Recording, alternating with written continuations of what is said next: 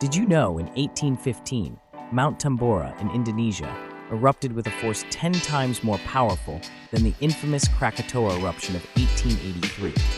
This cataclysmic event set off a chain reaction that altered the global climate and profoundly impacted human history.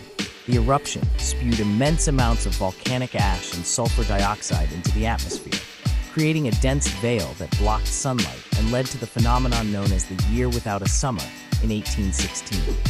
Across Europe and North America, temperatures plummeted, crops failed, and famine spread as unseasonable frosts and snowstorms wreaked havoc on agriculture. Yet in the midst of this dire situation, remarkable creativity flourished. The gloomy weather forced a group of friends to stay indoors by Lake Geneva in Switzerland. Among them were the renowned poets Lord Byron and Percy Bysshe Shelley, along with Mary Shelley, who, inspired by the eerie atmosphere, began writing what would become her seminal novel, Frankenstein.